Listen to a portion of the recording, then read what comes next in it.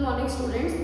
In our last video on foreign exchange rate, we have completed the meaning of foreign exchange rate and various types like fixed, fluctuating and managed floating. This concept we have covered in our last video. So in flexible exchange rate, I have told you that the rate is decided based on the market forces, means the market forces of demand of foreign currency and the market force of supply of foreign currency. So what are these demand and what are these supply? What are the sources of these demand and supply? This we are going to understand now in this video.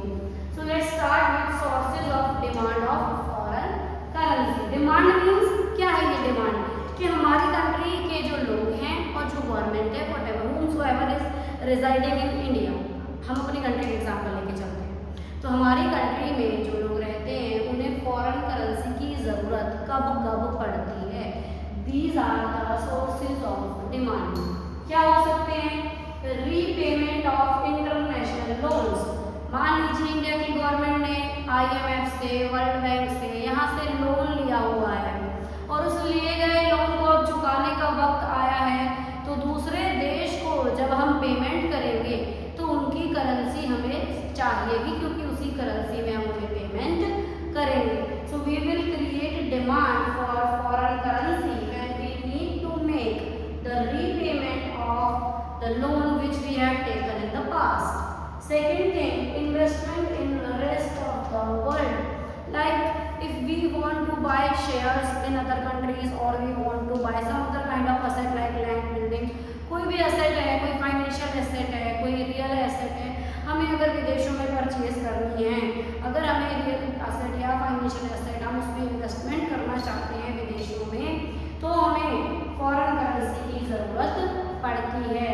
दूसरा, imports मतलब क्या होता है? Import का मतलब जब हम विदेशों से सामान खरीदते हैं, when we buy from foreign countries, we import goods or any kind of service from foreign country, then what we do, we need payment, we need to make payment in terms of foreign currency. So what will be there will be created the demand for foreign currency. Then direct purchases abroad, इसका क्या मतलब है कि हम विदेशों में मान लो घूमने गए हुए हैं और वहीं पे हमने ट्रैवल करते हुए वहाँ से सामान खरीदना है, तो वो सामान हम खरीदेंगे और अपने देश वापस लेकर के आएंगे। विदेशों में जब हम घूम रहे होंगे, वहाँ घूमने के लिए टूर एंड ट्रैवल के लिए जाएंगे, तो वहाँ घूमने के लिए हम कुछ खर्चा भी करेंगे, वहाँ कुछ खाएंगे पिएंगे, कुछ शॉपिंग भी करेंगे, तो उसके लिए हमें क्या चाहिएगा? फॉरेन करेंसी की नीड होगी। मान लीजिए देखिए बेटा, कोई विदेशों से हमारे देश में घूमने आता है, तो यहाँ के जो दुकानदार हैं क्या वो डॉलर में या यूरो में या पाउंड में इनमें पेमेंट रिसीव करेंगे? नहीं, दे वांट इंडियन करेंसी। तो ऐसे ही दूसरी कंट्री में अगर हम घूमने फिरने जा रहे हैं, वहाँ पे हम जाके शॉपिंग कर रहे हैं, तो वहाँ के जो वेंडर्स हैं, जो सेलर्स हैं, उनको भी तो अपनी कंट्री की करेंसी में ही पेमेंट चाहिएगी, तो उसके लिए हम पहले फॉरेन करेंसी की डिमांड करेंगे, तभी हमारे पास फॉरेन करेंसी आएगी and then we will be able to make the payment in terms of foreign currency. Then comes grants and donations. मान लीजिए दूसरे देशों में हमें डोनेट करना है, डोनेशन कभी भी कर सकते हैं। जनरली कोई नेचुरल कैलामिटी हो जाती है या हम किसी पर्टिकुलर उद्देश्य से, किसी पर्टिकुलर ऑब्जेक्टिव से ही वहाँ डोनेट कर रहे हैं, तो that for that also we need their currency, उन देशों की करेंसी हमें चाहिए। Then payment of income. मान लीजिए कि हमारी कंट्री के लोग बाहर अपनी फैक्ट्री सर्विसेज प्रोवाइड कराते हैं। What are these factory services? कौन होते हैं? Factors of production, land, labour, capital, entrepreneur, ये सब फैक्टर्स ऑफ प्रोडक्शन होते हैं। ये अगर फैक्टर्स ऑफ प्रोडक्शन जो है अपनी services out of country provide कराते हैं, तो इनको जो फैक्टर इनकम मिलती है रेंट के फॉर्म में, वेजेस के फॉर्म में, सैलरीज की फॉर्म में, इंटरेस्ट की फॉर्म में, तो that is the payment of income.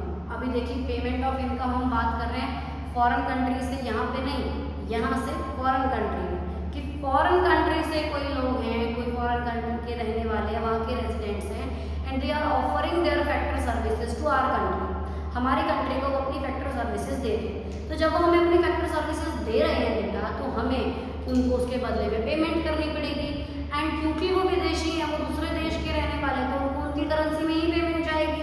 Okay, तो at that time again we will make the demand for foreign currency. Then comes speculative trading. बेटा देखिए डॉलर एक बहुत ही स्ट्रॉन्ग करेंसी है। डॉलर की वैल्यू जो होती है वो ईयर आफ्टर ईयर बढ़ती चली जाती है और अभी राइट नाउ काफ़ी ज़्यादा बढ़ चुकी है, 95 को क्रॉस कर चुकी है। 95 रुपये में, इंडियन रुपये में $1 आता है अप्रॉक्सीमेटली। तो and it keeps on changing time to time.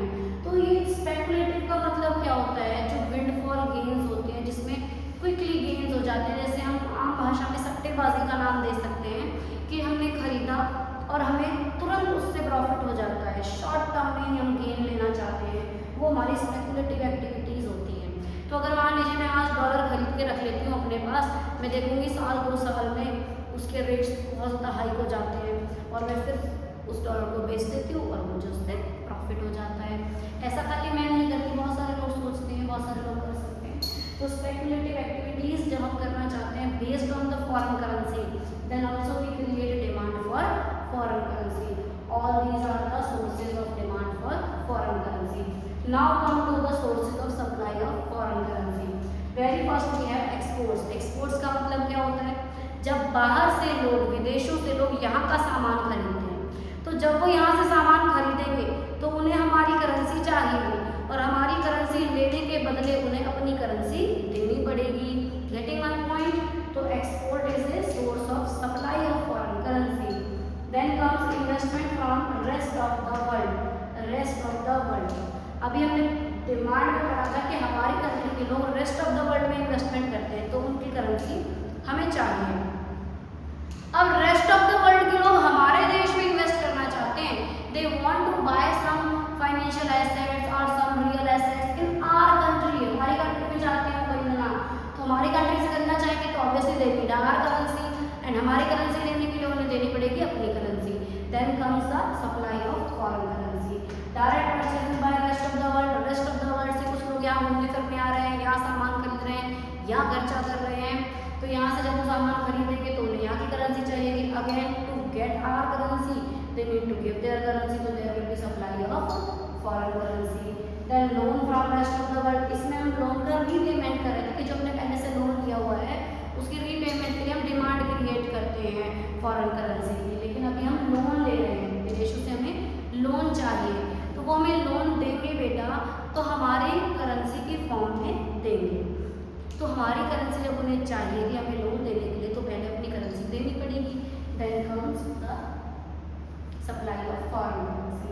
Then grants and donation from rest of the world. अब रेस्ट ऑफ द वर्ल्ड से गवर्नमेंट या कोई सिंपल लोग हमें डोनेशन दे रहे हैं, हमें डोनेट कर रहे हैं। जैसे कोविड के टाइम पे डोनेशन आए थे, वैक्सीन जा रही थी, कहीं पे फंड्स जा रहे थे, कुछ ना कुछ डोनेशन होते ही रहते हैं। कैलेमिटीज आती है, कोई पैंडेमिक्स की, एपिडेमिक्स की सिचुएशन आ जाती है, तो उसमें ग्रांट्स एंड डोनेशन एक कंट्री से दूसरे कंट्री में जाते हैं। अगर हमारी कंट्री दूसरी कंट्री को प्रोवाइड कराती है तो there will be demand of foreign currency, और दूसरी कंट्री अगर हमारी कंट्री को प्रोवाइड कराती है कोई भी डोनेशन और ग्रांट्स और गिफ्ट्स, तो वो क्या कहलाता है, सप्लाई ऑफ फॉरेन करेंसी कहलाता है। Income received again factor services का ये कि हमारे देश के लोग विदेशों में फैक्टर सर्विसेज दे रहे हैं तो उन्हें फैक्टर इनकम मिलेगी, तो हमारे पास अगेन इनफ्लो हो जाएगा इस चीज़ का, supply of foreign currency. Supply मतलब इनफ्लो, आ रही है हमारे पास फॉरेन करेंसी। डिमांड मतलब कि वो बाहर जाएगी, हमें बाहर की पेमेंट करनी है इसलिए हम उसको खरीद रहे हैं। Then remittances by the non resident. Non resident बोलने के कुछ ऐसे इंडियन लोग होते हैं जो कई सालों से विदेशों में बसे हुए हैं, वहीं पे उनका इकोनॉमिक इंटरेस्ट है, वहीं पे रह रहे हैं, वहीं पे कमा रहे हैं, वहीं पे खा रहे हैं, लेकिन उनके कुछ रिलेटिव्स होते हैं जो यहाँ रह रहे होते हैं, तो उनको कोई मॉनेटरी हेल्प अगर भेजते हैं वहाँ से तो वो रेमिटेंसेस कहलाती हैं। अगर उन्होंने अपने रिलेटिव्स को विदेशों से मॉनेटरी हेल्प भेजी है तो हमारे पास फॉरेन करेंसी आ रही है, that is the source of supply of foreign currency. I hope that the demand and supply is very clear to everyone. Now come to the next topic, foreign exchange market. और ये market क्या होता है, foreign exchange market में? तो देखिए normally अगर हम मार्केट की बात करते हैं तो मार्केट एक प्लेस है जहाँ पे बायर और सेलर मिलते हैं और सेल और परचेज की एक्टिविटीज़ को परफॉर्म करते हैं। लेकिन जो ये फॉरेन एक्सचेंज मार्केट होती है इसकी कोई फिजिकल एग्जिस्टेंस नहीं होती है, ये डिजिटल फॉर्म में है, ये डिजिटल मार्केट है, और this can be called as a centre of exchange for different currencies, जहाँ पे डिफरेंट कंट्रीज की करेंसी एक दूसरे के साथ एक्सचेंज की जाती है digitally. That platform is known as foreign exchange market. अब ये जो मार्केट होती है बेटा, we can also call it as operations of foreign exchange market. हम इसको ऑपरेशंस भी कह सकते हैं। फॉरेन एक्सचेंज मार्केट के ऑपरेशंस क्या होते हैं? One is spot market and other is forward market. Spot नाम से पता चल रहा है ऑन द स्पॉट, मतलब जो है आज ही है, करंट मार्केट रेट इसका एक क्लू है जिससे आप याद रख सकते हैं इसको।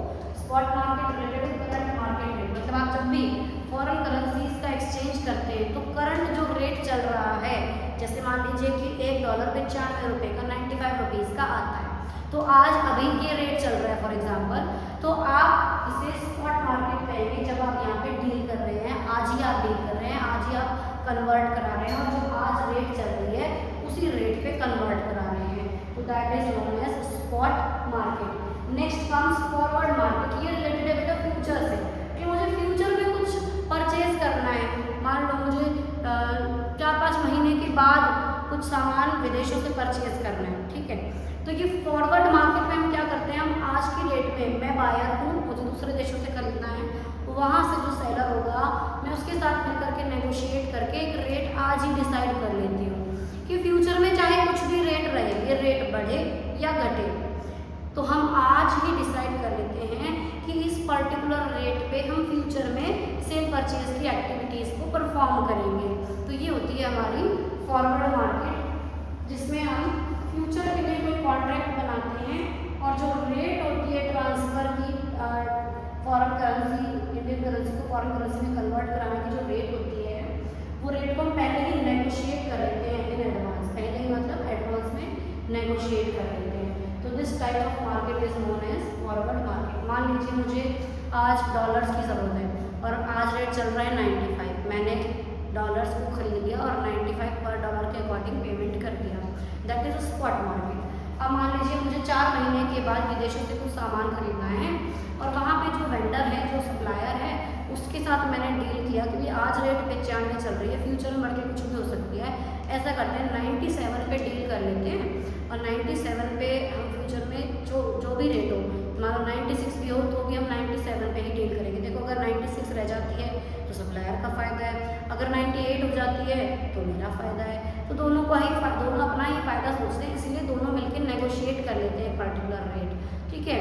अगर कम रही उससे जो हमने डिसाइड की तो सेलर का फ़ायदा, ज़्यादा रही तो मेरा फ़ायदा, क्योंकि हम तो डिसाइडेड पे ही डील करेंगे। तो that type of market is known as forward market. I hope that this is also very clear to every student. Now comes the function of foreign exchange market. अब ये फॉरेन एक्सचेंज मार्केट में क्या क्या काम किया जाता है या किस तरीके से ये फंक्शन करती है, ये हम यहाँ पढ़ते हैं। वेरी फर्स्ट भी है ट्रांसफर फंक्शन। सबसे पहला हमारे पास क्या आता है, ट्रांसफर फंक्शन। क्या ट्रांसफर हो रहा है बेटा, इसमें ट्रांसफर हो रही है परचेजिंग पावर। ट्रांसफर फंक्शन के थ्रू जो फॉरेन एक्सचेंज मार्केट है उसमें क्या ट्रांसफर होता है, परचेजिंग पावर ट्रांसफर होती है। देखिए अगर फॉरेन एक्सचेंज मार्केट नहीं है, मान लीजिए there is no existence of foreign exchange market, मेरे पास तो इंडियन रुपीज़ ही है, then I will not be having a purchasing power to buy from other countries, क्योंकि मुझे अदर कंट्री से उसकी करेंसी में ही डील करना है। दूसरी कंट्री के लिए हमारी करेंसी कोई मायने नहीं रखती है, तो अगर मुझे दूसरी कंट्री से सामान खरीदना तो मुझे उसकी करेंसी चाहिए, and without foreign exchange market I will not be able to get that currency, तो I will not be having the purchasing power. Now if there is foreign exchange market I can exchange the currencies, and then after getting the foreign currency I will be getting a power to buy from there, because that currency will be acceptable in that country. So this transfer function means transfer of purchasing power. So this foreign exchange market, it transfers purchasing power from one to another. Then comes credit function. ये credit function को ध्यान से समझते हैं बेटा, बहुत detail में समझाऊंगी आप लोगों को अच्छे से। एक बात समझिए, देखिए जब विदेशों से हम डील करते हैं, बहुत ज़्यादा गैप है विदेशों में और हमें, तो जब तक मेरा सामान मुझे नहीं मिल जाता मैं पेमेंट नहीं करना चाहूँगी, है ना। तो सामान जब विदेशी लोग भेजेंगे मुझ तक, जब वो पहुँचेगा, डिस्पैच उन्होंने किया, मुझ तक जब वो पहुँचेगा तभी मैं पेमेंट कर दूँगी। तो मुझ तक कभी वो पहुँचा नहीं और मुझ तक पहुँचने में लगेगा कुछ टाइम, कई बार 2 महीने 3 महीने 4 महीने भी लग जाते हैं और ज़्यादा टाइम भी लग जाता है, कभी उससे भी कम टाइम लग जाता है अगर नियरेस्ट कंट्री है तो। अगर कंट्री बहुत दूर है तो टाइम ज़्यादा लग जाता है सामान आने में।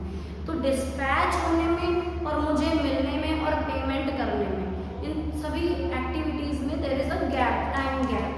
तो अब इसमें क्या है, मान लो जो सेलर है उसको तो पैसे नहीं मिले लेकिन उसके पास से सामान चला गया, उसे क्या फायदा होता है बेटा, उसे ये फायदा होता है कि फॉरेन एक्सचेंज मार्केट जो होती है वो बैंक्स के through in foreign exchange market से शॉर्ट टर्म के लिए फाइनेंस करा लेता है, शॉर्ट टर्म के लिए फाइनेंस करा लेता है बैंकिंग के थ्रू। जैसे हम मान लो इंडिया में हम डील करते उधार सामान करते हैं तो बिल ऑफ एक्सचेंज बनाते हैं ना, ऐसे ही बिल ऑफ एक्सचेंज उनका बैंक बना देता है और वो फॉरेन एक्सचेंज मार्केट से उस बिल ऑफ एक्सचेंज के थ्रू करेंसीज ले लेते हैं, करेंसीज लेके उनका काम चल जाता है, they receive the currency and the functioning will be done and when the payment will be made then they will return that to foreign exchange market.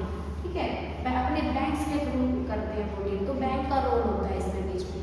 तो बैंक क्या है, बिल ऑफ एक्सचेंज की फैसिलिटी दे रहा है आपको bank आपको bank overdraft की facility दे रहा है, आपको लेटर ऑफ क्रेडिट की फैसिलिटी दे रहा है। तो जो फॉरेन एक्सचेंज मार्केट है यहाँ से हमें शॉर्ट टर्म के लिए क्रेडिट मिल जाता है, किसको, एक्सपोर्टर को, क्योंकि उसे सामान डिस्पैच करने के तुरंत बाद पैसे नहीं मिलते हैं, तुरंत नहीं मिलते हैं पैसे, कुछ एक गैप के बाद मिलते हैं और पैसे की नीड सभी को होती है।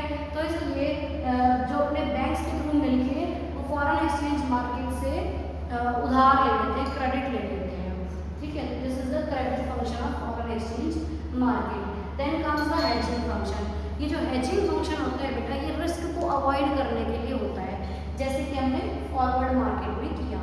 हेजिंग फंक्शन का क्या मतलब है कि फ्यूचर के लिए हमने एडवांस में ही एक एक्सचेंज रेट नेगोशिएट कर ली, डिसाइड कर ली कि फ्यूचर में चाहे कुछ भी रेट हो हम इसी रेट पे फ्यूचर में डील करेंगे।